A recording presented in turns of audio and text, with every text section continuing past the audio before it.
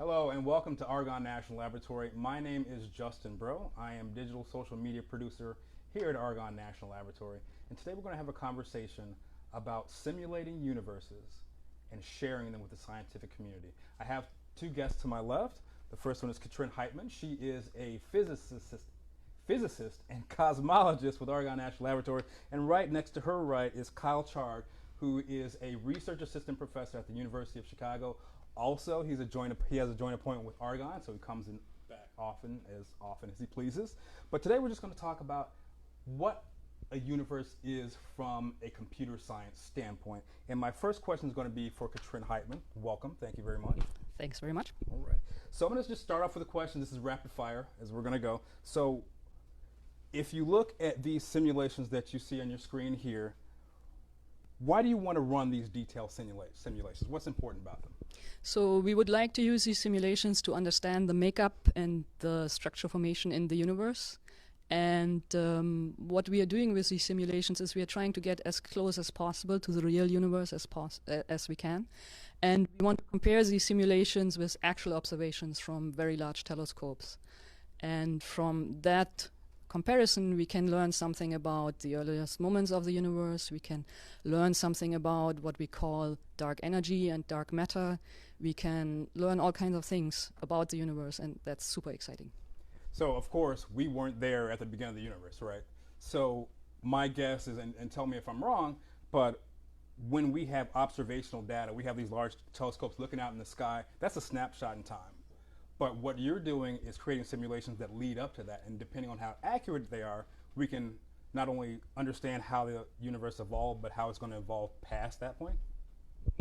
Yes, that's correct. Okay. We could actually, even if you would take the simulation, so usually the simulations that you see here running right now, they start very early on after the Big Bang, and they stop today. But in principle, we can run them even forward. If you would do that, you would find that at some point in time, our galaxy will be very, very lonely. It will be very dark around us. So right now, if you are going to a dark spot in Arizona, for example, and you look up at the Milky Way, you see a lot of things going on. But at some point in time, we will be just by ourselves, and we can't see any of our neighbors anymore. All right, well, let's stay towards the positive aspect of it. We like to be around people and things, right? We like liking the universe. My follow-up question for you is, what questions, and you alluded to this a little bit in your earlier answer, but what questions about the structure of the universe are we trying to answer? So when I'm looking here, these are what I'm going to call them globules. That's not the scientific term. These are galaxies, right? Yes. So what about the structure of the universe are we trying to explain? So what we are trying to explain is, so if we measure the distribution of galaxies, we'll actually find that they're not randomly distributed. They form something that we call the cosmic web. And the cosmic web is influenced how it looks like by different components that make up the universe. There's something that we call right now a dark energy. We don't know exactly what it is, but it actually accelerates the expansion of the universe. And there is something that we are calling a dark matter component. We call it dark matter because it doesn't emit or absorb light. Right. And these two components together make up 95% of the universe. It's actually quite exciting. We are observing the galaxies, for example, which are only 0.5% of the content of the universe. And we learn about this other 95% from these observations. So that's really, really cool. So, we only know about 5% of the observable universe. That's great. We only have up to go from here. So my next question is for Kyle Chard, to Katrin's right. Explain to me what Globus is. So Globus was instrumental in the transfer, and we're going to talk to Katrin about this a little bit later, but instrumental in transfer of large amount of data from Oak Ridge's Summit supercomputer to tape. So, but as a primer, why don't you explain to us what Globus is? So Globus is a service developed by a team at the University of Chicago and Argonne National Lab. It's developed and operated by that team, and really we support a fairly wide range of research data management problems that researchers face. So we have roughly 100 and something thousand people that use Globus to move, share, synchronize data across a network of, I think, roughly 20,000 active storage endpoints around the world. Okay. And these aren't physical locations, so you don't have a little Globus at University of Chicago or University of Illinois at Champaign, right? No, so we have a lightweight agent or a server or a little agent that sits on various computing resources, be it a laptop or a supercomputing center or a tape storage system, and that sits there and makes that storage system accessible to the Globus web service in the sky. Right. And so researchers then, through their web browser or through their APIs, can basically orchestrate transfers. They can access that data in the location that it sits, move it to other locations, share it with their friends and colleagues, etc. So as we spoke about before, Globus was instrumental in the data transfer of Katrin's team's large-scale simulations. How did Globus handle that particular transfer, and how was the performance? Yeah, so I guess in this case, I mean, Katrin, I think, is at the cutting edge in terms of the size of data that she has and that she needs to move around. I don't think too many people are quite in that ballpark. But in this case, I think performance was probably secondary. I mean, I'm speaking for you, but secondary to the ease of use and the ability, the reliability of the transfer. So in this case, Katrin was trying to transfer data to tape storage, and tape storage that was sometimes online and sometimes offline. So by virtue of needing to transfer 3 petabytes of data, that's going to take several days in the best situation. It has to recover from failures. It has to notice when there is bit flips or something, so the data integrity has been violated. It needs to retransfer those files. It needs to wait for the storage system to stand up again and then continue transferring. So it's really, I think, a case of reliability and ease of use, that Katrin could start this thing off, leave it for a few days, come back and hopefully trust that the data's there where it should be. And of course, we do also focus on performance, so trying to get as close to the sort of line rate as we can, trying to saturate the links that exist between the storage systems. Okay. So you mentioned something that went over my head. So you said 3 petabytes, and we were talking about this. We were talking about this before we started the show, and we had a good analog for how much a petabyte is, insofar as, I mean, because we're familiar with gigabytes, right? You know, and a CD is about 4 gigabytes. But if you could help our audience understand, when you're talking about 3 petabytes, how much information is that? Yeah, so by our back of the envelope calculation, which was fairly rough, and no one out there will probably fault us if we're wrong, we figured, I think 1 petabyte was about 200,000 DVDs, roughly 5 gigs for a DVD. So this is about 600,000 DVDs that Katrin had stored and needed to be transferred between these two locations. It's a lot of movies. It's a lot of movies. We're going to go back to Katrin for our next question. And as we're talking about this whole idea of basically simulating universes and transferring them, where does this information come from to create the simulations? So the information comes from observations. So we do take observations in different wave bands, in the optical, in the infrared, in the cosmic microwave background. And from that, we get an understanding about the dynamics of the universe and the initial conditions. And this is what feeds into the simulations. Okay. So what we can do is we set up an initial condition.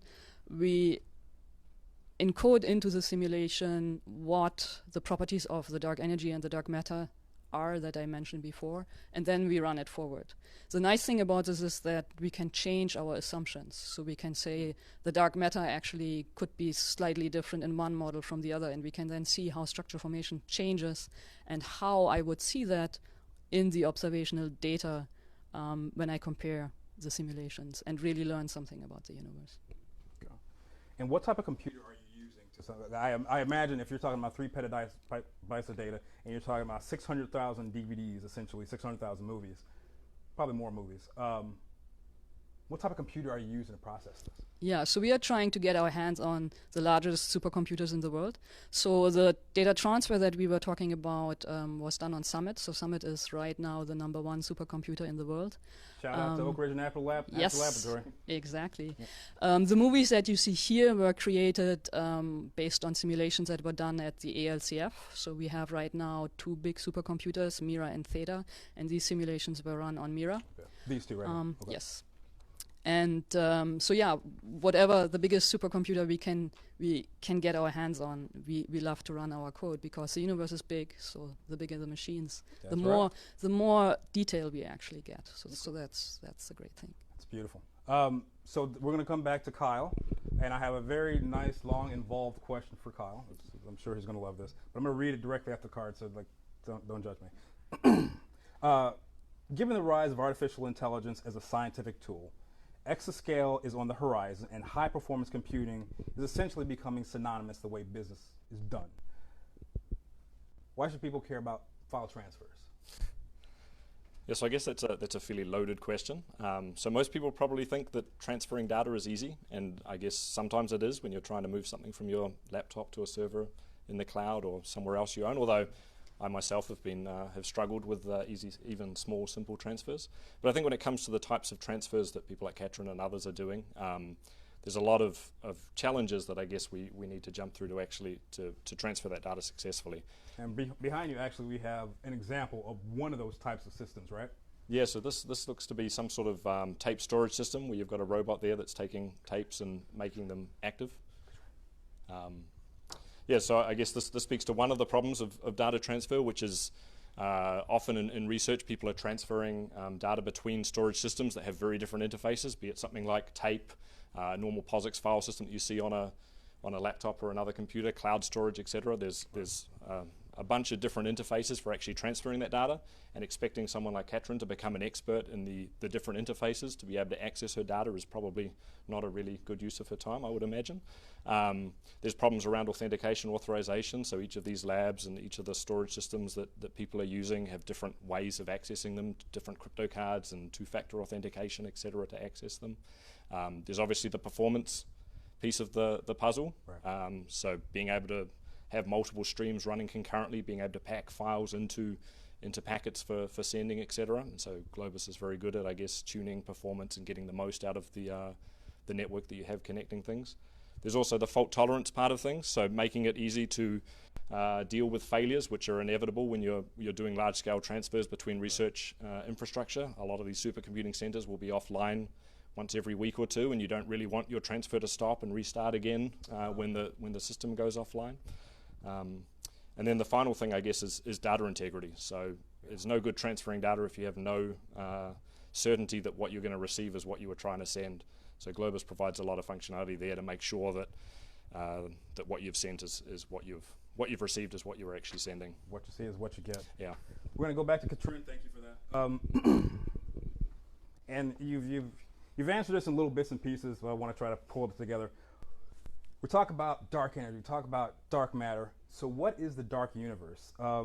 What is dark energy, and how do these simulations, the creation of these simulations, help us get closer to understanding what it is? So we do not know exactly what dark energy is. So that's what we are trying to understand with ongoing and the next generation of very large surveys. So what was found in 1998 is that the universe is expanding faster than we thought. So if you think about it, if you throw a ball up in the air, you would expect it to come down, but instead it would just accelerate up into the sky. So that is very, very puzzling. And since this discovery was first made by measuring the light that comes to us from supernovae, we have tried to understand it in more detail. We have a theoretical prediction that is totally off from what we actually measure, so that puzzles us a lot.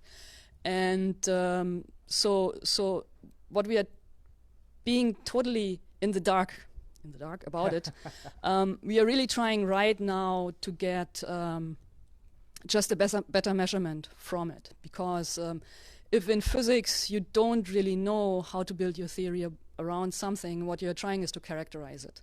And when you try that and you do more and more detailed measurements, you often get the idea, you say, oh, now I know how this works. And that's what we are doing right now. So we are trying to get the measurements really to a much more detailed level than what we have available right now. And for interpreting the data that we are taking, we need the simulations. The simulations that were transferred from Oak Ridge's Summit supercomputer, and now we're going to talk about the meat and potatoes of why you're both here, right? You know, so we have a Globus representative and an Argonne representative. What simulations were transferred, and how much data we were talking about? And you know, there's going to be a test later. If you can remember what we talked about insofar as size of data, you'll get my thank you. I don't really have anything to give you. But so let's talk about what simulations were transferred and how much data you moved. So actually, we transferred 3 simulations. So we had this incredible opportunity over the winter break last year to run on the full machine at Oak Ridge. So this is really something that is very special, to run 3 different models of the universe. So one of the models is just the standard model that we discussed before. In one model, we actually added another component, a so-called massive neutrino, don't want to go into the details about that, Sure. but it does change the structure. Okay. And the third one was that we mimicked a different implementation of a dark energy model.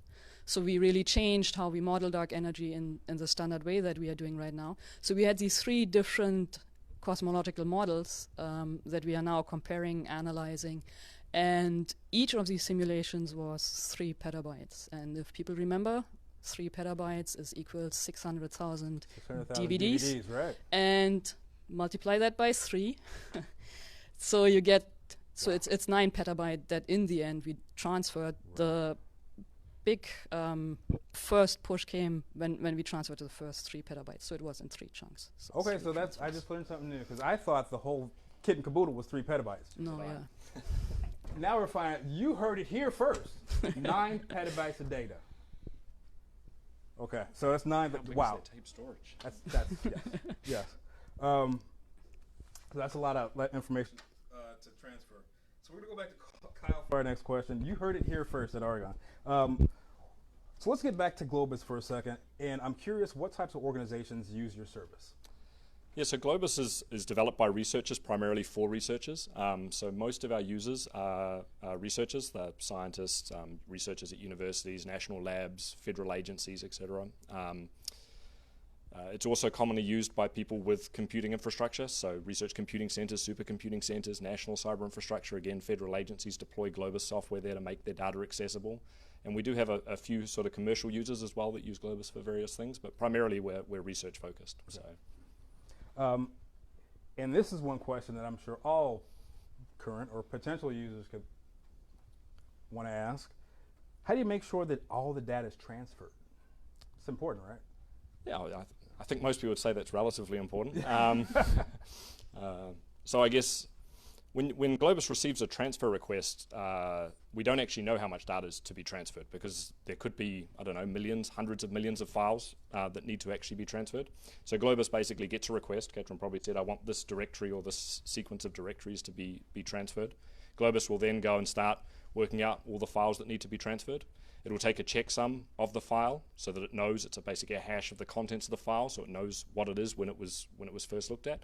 And then Globus will start sending those files over the wire to the other end. And then the other end, Globus will do the same thing. The file will be created, it'll create a checksum of it, compare that checksum with what was sent, and assuming they're the same, everything's good. If they're not the same, it'll have a look and retransfer that file. Ultimately, the end will see that the list of files is the same, all the checksums match, and will say things are good, and notify the user that they're done, and they can actually start using their data where it might live. Globus creating happy customers by getting all the data there. We're going to go back to Katrin, and we only have a few more questions. But I'm interested in Katrin's thought about the Globus service and what the most important elements for you are insofar as file transfer.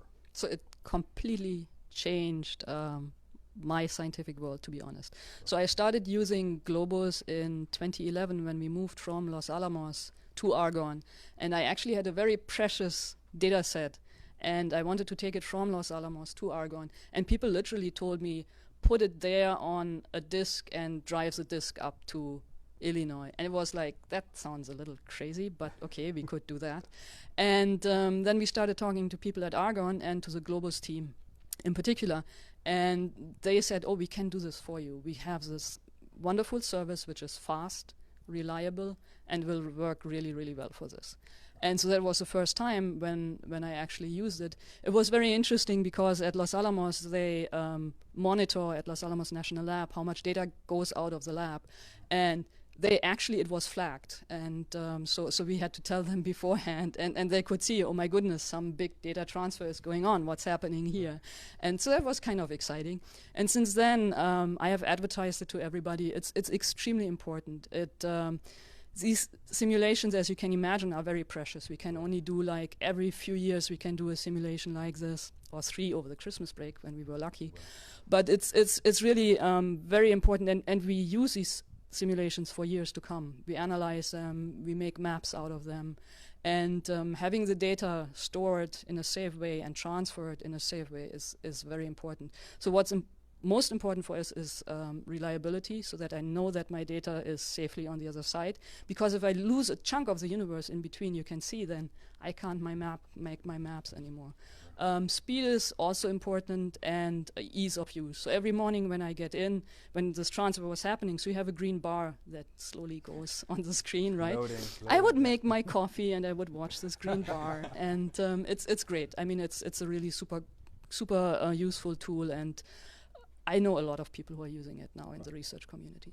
And so and I have a follow with it, and this is not something that we had shared before, but since it's such a great resource for you, what does that say about how you share your scientific data with other researchers that might be interested in looking at your data? Right, so what we have done actually last year, we have built a portal that also uses Globus, where researchers can go, they can browse our data, and then they can spin up Globus jobs to actually transfer the data to their home institution. So I guess you wouldn't even need a node, right? I mean, because they have the access point, right? Or you would need the node. Well, so they have Globus sitting there. This is actually on the Petrel data, what's it called? Data sharing service here at Argonne. And so people there can actually download it using HTTP, which works well up to some size of data. But if they want to go to petabytes or even probably tens or hundreds of gigabytes, they'd probably want to have a Globus endpoint where they're transferring that data to. And I mean, this is bigger than what you probably want to put on your cell phone or laptops. You probably want to move it to a reasonably big place. Right. Yeah. We're going to stay with you, Kyle. So we've talked extensively about Globus as a file transfer type of service, but are there other capabilities that the service has? Yeah, so we're really interested in tackling, I guess, a fairly broad range of research data management problems, anything from sort of sharing data, synchronizing data, indexing and discovering data, as Katrin's talking about with her portal. I guess I'll touch on a few of the interesting things that we do. So the first is data sharing. So when it comes to petabytes of data, it's not easy to upload that to cloud storage to make that accessible to your colleagues and friends. So Globus provides a model by which you can share the data directly on the storage that it actually sits on. We have a bunch of connectors, as I alluded to earlier, to different storage systems. So basically we provide the same interface across tape, cloud storage, all flavors of exotic storage that's deployed in supercomputing and even research computing centers. We have recently announced actually support for protected data, so being able to actually transfer PHI, personal health information or personal identifier information. And we increasingly have noticed that a lot of the Globus services are actually valuable for developers and people that want to build their own services on top of the Globus stack. So we have a platform as a service model by which people can build things like the portal that Katrin mentioned before, science gateways, etc., on top of Globus services. All right, so we have one more question, and this question is for both of you, so whoever wants to answer first, that's cool. But what more can we expect from extreme scale simulations in the future? These are huge. These are huge files. So we're talking about the 3 petabyte range, which again, if you remember, it's 600,000 DVDs. Say about 1 million movies. You can put a couple movies on per disc, right? What's the future of these extreme scale simulations?